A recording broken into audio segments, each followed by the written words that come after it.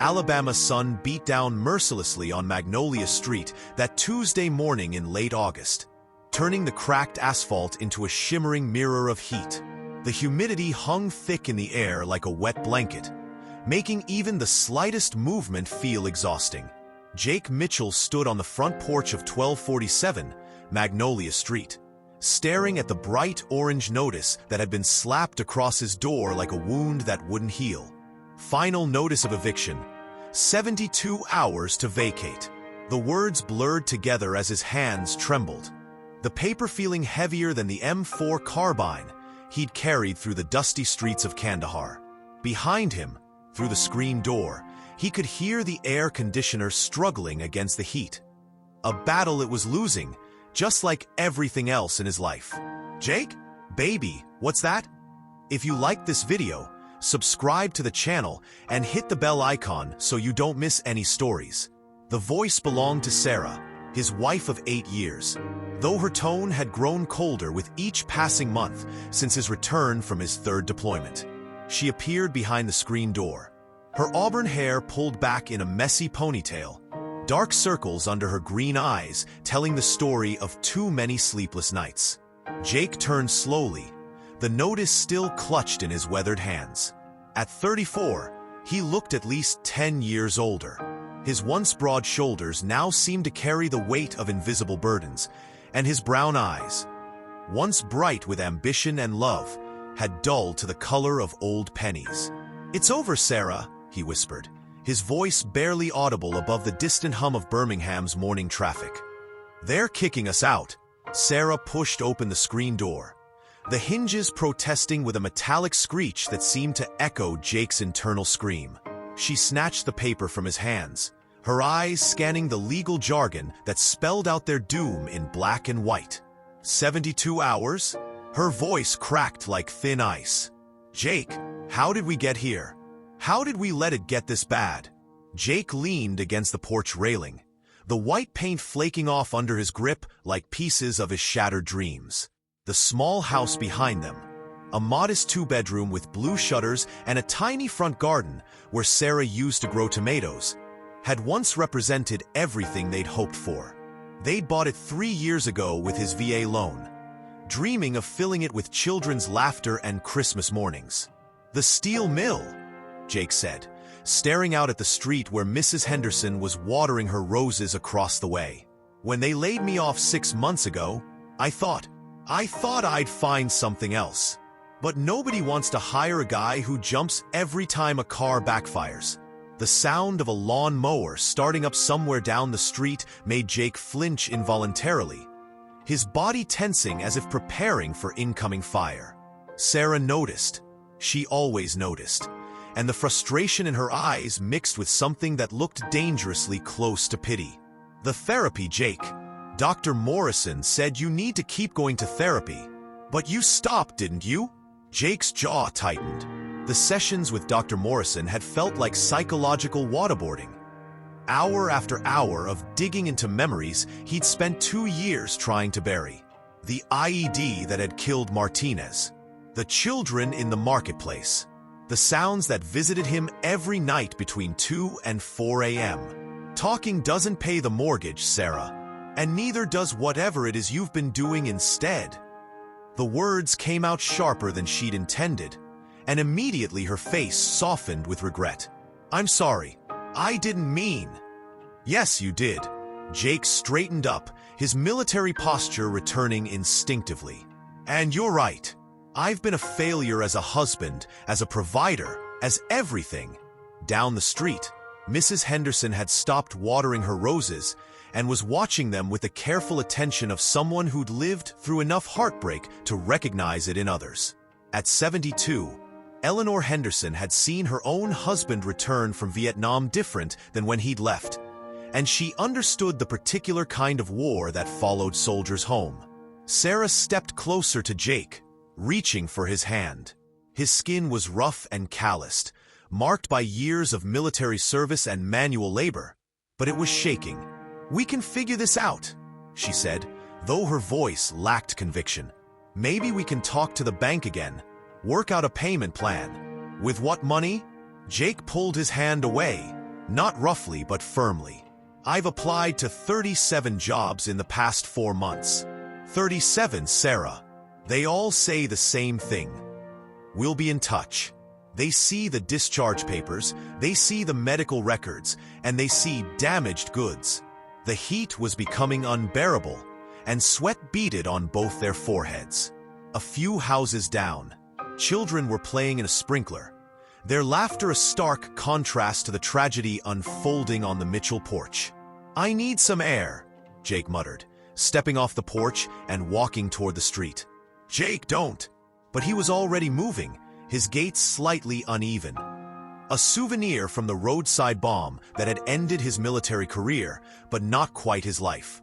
He sat down heavily on the curb, his head falling into his hands. That's when it hit him. Really hit him. Not just the eviction, not just the financial ruin, but the complete and total collapse of everything he'd built, everything he'd fought for, everything he believed about himself and his place in the world. Sergeant First Class Jake Mitchell, Bronze Star recipient, 3-time combat veteran, had been defeated not by enemy fire or foreign insurgents, but by his own country's indifference to the men and women it sent to fight its wars. The sobs came suddenly and violently, shaking his entire body as he sat there on the sun-baked asphalt of Magnolia Street. Neighbors who had been going about their morning routines stopped and stared, some with curiosity, others with the uncomfortable recognition that they were witnessing something private and devastating. Sarah stood frozen on the porch, torn between running to comfort him and the growing realization that she might not have the strength to pull them both out of this hole. Mrs. Henderson, however, had seen enough. She dropped her garden hose and walked across the street with the determined stride of a woman who'd spent 40 years as a school principal and wasn't about to stand by while a soldier suffered. "Son," she said gently, her voice carrying the authority of someone accustomed to dealing with people in crisis. "This isn't the end of your story." Jake looked up, his eyes red and swollen, seeing clearly for the first time the kind face of the neighbor he'd barely spoken to in 3 years. "Feels like it is, ma'am." Mrs. Henderson sat down on the curb beside him, her flowered house dress spreading around her like petals. The concrete was hot enough to burn, but she didn't seem to notice. "Let me tell you something about endings, Jake Mitchell. Sometimes what looks like the end is just the part of the story where everything changes." Mrs. Henderson didn't sleep that night. She lay in her queen-sized bed, staring at the ceiling fan that had been wobbling for 3 years, but somehow never got fixed, thinking about Jake Mitchell sitting on that curb like a broken man. Her late husband Robert's words echoed in her mind. "Eleanor, when you see someone drowning, you don't ask if they want help. You throw them a rope." At 5:47 a.m., she gave up on sleep entirely. Eleanor Henderson wasn't what most people would call tech-savvy. At 72, she'd only joined Facebook 2 years ago after her granddaughter in Seattle insisted it was the only way to see photos of her great-grandchildren. But she understood the power of storytelling, and she understood that sometimes the right story told to the right people could move mountains. She shuffled to her kitchen, the hardwood floors creaking under her bare feet, and started the coffee maker. The same Mr. Coffee machine she'd been using since 1987. While it gurgled and hissed, she stood at her window overlooking Magnolia Street. The Mitchell house sat dark and still, like a tomb. By 6:15 a.m., Eleanor was sitting at her small dining room table with her laptop open, a cup of black coffee steaming beside her, and a determination that would have made her principal colleagues proud. She opened Facebook and stared at the blank status box for a full 10 minutes before she began typing. "I need to tell you about my neighbor, Jake Mitchell." She deleted it and started again. "This is happening right now on Magnolia Street in Birmingham, Alabama." Delete. Start over. Finally, she closed her eyes, thought about Jake's broken expression, and just began writing from her heart. Eleanor Henderson, August 23, 2023, 6:32 a.m. This morning I watched an American hero cry on the sidewalk in front of his house. His name is Jake Mitchell. Sergeant First Class Jake Mitchell. He served 3 tours in Afghanistan. He came home with a Bronze Star and invisible wounds that our country seems determined to ignore. Jake lost his job at the steel mill 6 months ago. Not because he wasn't a good worker, but because when trucks backfire, he hits the ground. Because when crowds get too loud, he has to leave. Because the war he fought for all of us never really ended in his mind. This morning, they posted an eviction notice on his door. 72 hours to get out of the small house he bought with his VA loan. The same house where he and his wife Sarah dreamed of starting a family. I watched this man, this hero, break down completely. Not because he's weak, but because he's strong. Strong enough to serve his country when it called. Strong enough to come home broken and still try to put the pieces back together. Strong enough to keep fighting a war that nobody else can see. While Jake Mitchell sits on the curb wondering how he's going to feed his wife tonight, we spend millions on parades and thank you for your service commercials. But where are we when our veterans need more than words? I don't know what to do. I'm 72 years old, and I live on Social Security. But I can't stand at my window and watch this man lose everything while we look the other way. If you're reading this, please share it. Please let people know that Sergeant First Class Jake Mitchell exists. That his sacrifice matters. That his struggle is real. Maybe someone out there knows how to help. Maybe someone out there cares enough to try. This is 2023 in America. We can do better than this. Hashtag Veterans Matter, hashtag Birmingham, Alabama, hashtag American Hero, hashtag Please Share. Eleanor read the post 3 times, her finger hovering over the post button. She thought about privacy, about whether Jake would want his business spread across the internet. But then she remembered his wife Sarah's face, the look of a woman watching her husband disappear before her eyes, and she clicked post. Within 20 minutes, the post had 12 shares and 34 likes. Eleanor was washing her breakfast dishes when her phone started buzzing with notifications. By 8 a.m., it had been shared over 100 times. At 9:15 a.m., her phone rang. Mrs. Henderson? This is Jennifer Walsh from Channel 6 News. We saw your Facebook post about the veteran on your street. Would you be willing to speak with us? Eleanor's hands trembled as she held the phone.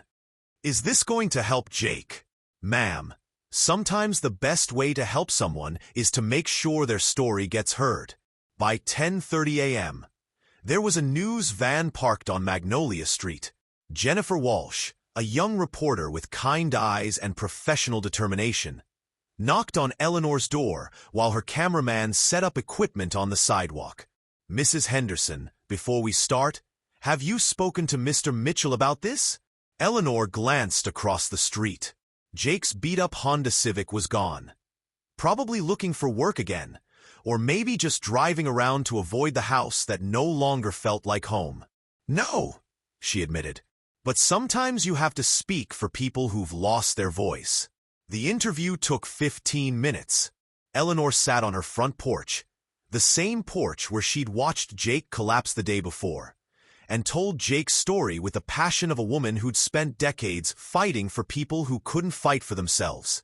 This isn't just about Jake Mitchell, she said, looking directly into the camera.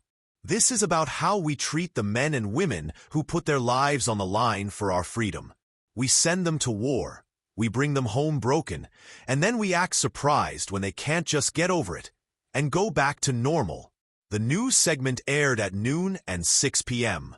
By evening, Eleanor's original Facebook post had been shared over 3,000 times and had caught the attention of veteran advocacy groups across the state. But it was at 11:47 p.m. that something extraordinary happened. Eleanor was getting ready for bed when her phone buzzed with a Facebook notification. Someone had tagged her in a comment on her post. She clicked on it and saw a name that made her heart skip. Denzel Washington. The comment was simple. Mrs. Henderson. Thank you for sharing this. Can you please message me Jake's information? I'd like to help. Eleanor stared at the screen for a full minute, wondering if she was hallucinating. She clicked on the profile. It was verified, with millions of followers. This was really him. Her hands shaking, she typed a private message. Mr. Washington, I can't believe you're reading this. Jake Mitchell is a good man who deserves better than what life has given him lately. If you're serious about helping, I have his phone number and address. But please, he's been through enough. Don't let this be a publicity stunt. The response came back in less than 5 minutes. Mrs. Henderson, I don't do publicity stunts with people's pain. I'm in Atlanta filming, but I'll be in Birmingham Friday. Can we keep this between us until then? I want to help, but I want to do it right. Eleanor closed her laptop and walked to her window. Across the street, the Mitchell house sat dark except for a single light in the bedroom window. Probably Sarah, lying awake wondering what tomorrow would bring. Robert, she whispered to her late husband, I think I just threw that rope. Friday morning arrived gray and humid, the kind of Alabama weather that makes everything feel heavy. The air, the clouds, and especially Jake Mitchell's heart. He'd been sleeping in his friend Tommy's beat-up Buick for 3 nights now, parked in the back corner of the Walmart parking lot on Highway 280, where the security lights cast long shadows and the overnight truckers minded their own business. Jake had discovered Mrs. Henderson's post on Wednesday evening when Sarah called him, crying, Jake, you need to see this. Mrs. Henderson. She put our business on Facebook. The whole thing is everywhere. At first, he'd been angry, furious even. The last thing he wanted was to be Birmingham's charity case, the poster child for broken veterans. But as he read through the hundreds of comments, people offering prayers, job leads, small donations, sharing their own stories of struggle, the anger had dissolved into something more complicated. People cared. Strangers cared. By Thursday, the story had been picked up by 3 more news stations. A local veterans organization had reached out offering temporary housing. A construction company in Hoover had called about a job opening. Small donations had started trickling in through a GoFundMe page someone had set up without his permission. But Jake couldn't bring himself to hope. Hope was dangerous. Hope was what had gotten him into this mess in the first place. Hoping he could come back from war and be the same man. Hoping he could provide for Sarah. Hoping the nightmares would eventually stop. Now, sitting in Tommy's car at 6:23 a.m. on Friday, watching early morning shoppers push their carts across the parking lot, Jake felt like a ghost of his former self.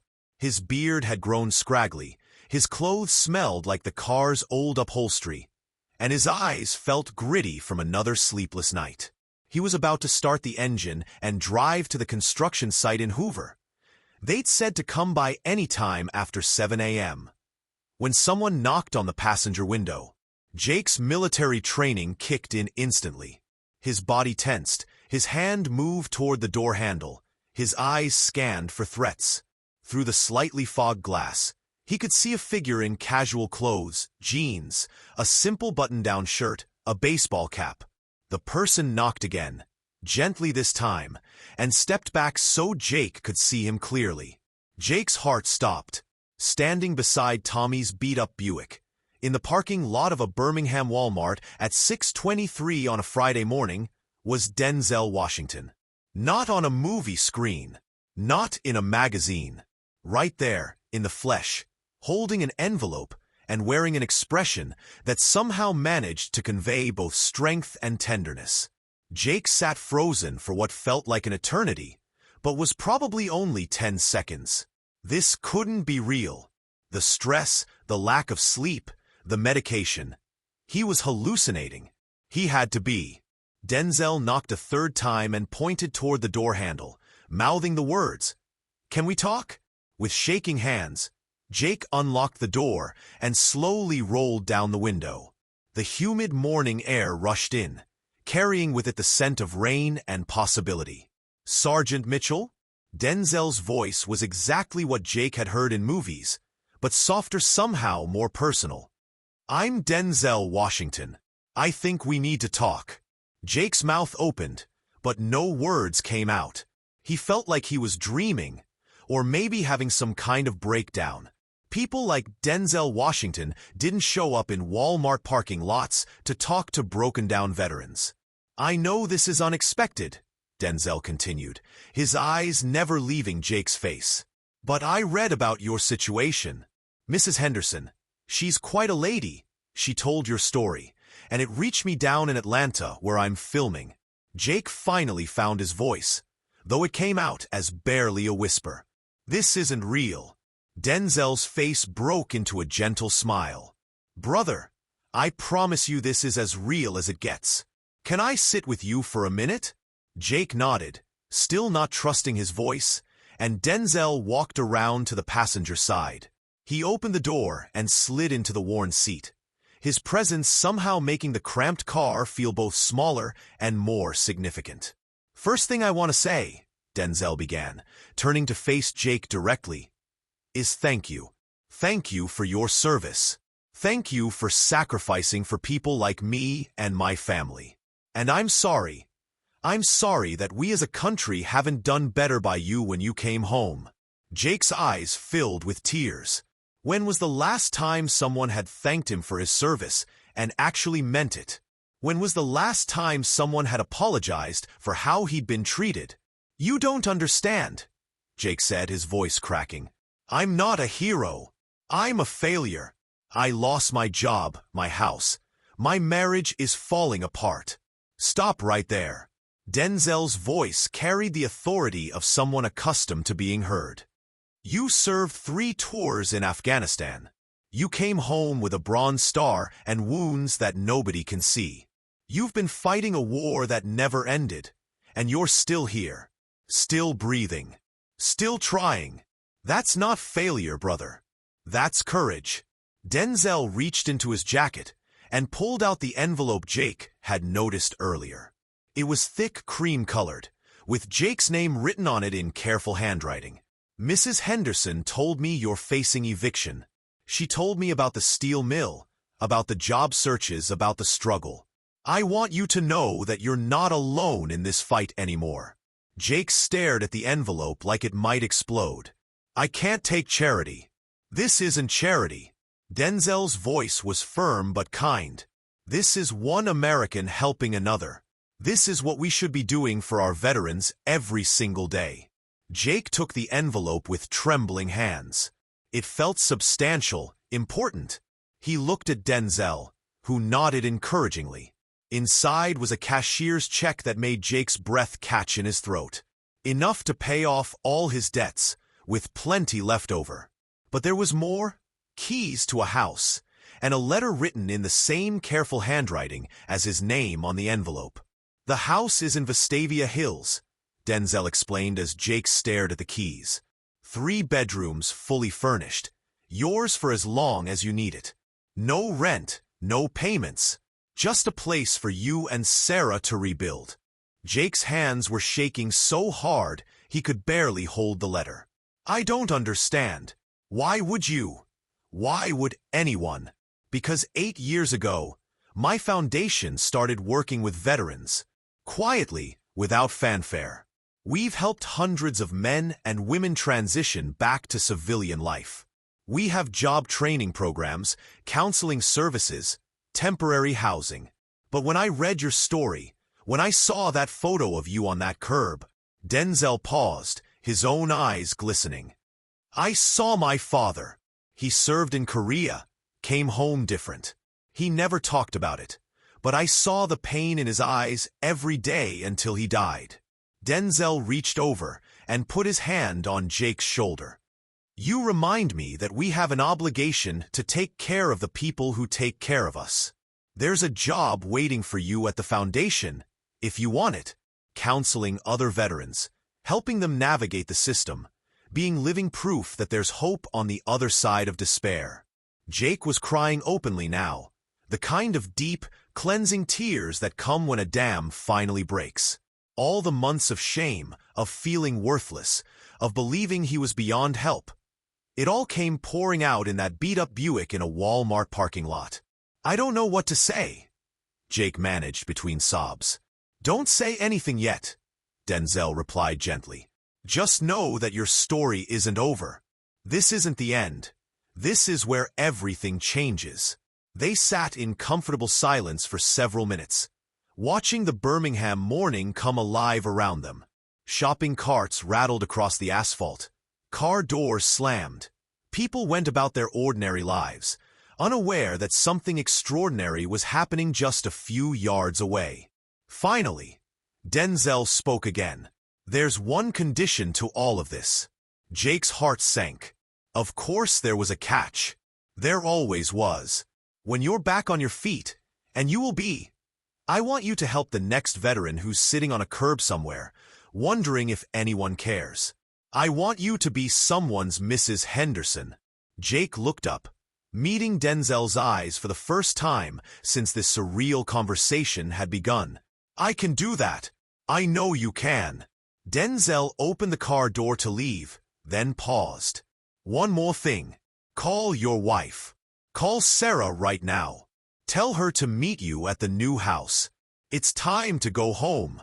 As Denzel walked away, Jake sat alone in Tommy's car, holding the keys to a new life and watching one of America's most beloved actors disappear into the Alabama morning like an angel who delivered a miracle and then returned to wherever angels go when their work is done.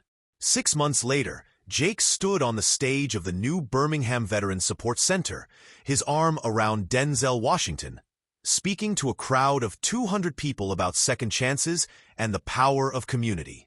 "He didn't just give me a house," Jake said, his voice strong and clear. "He gave me back my dignity. He showed me that I still had value, that my service meant something, that my struggles weren't the end of my story." In the audience, Mrs. Henderson dabbed at her eyes with a tissue.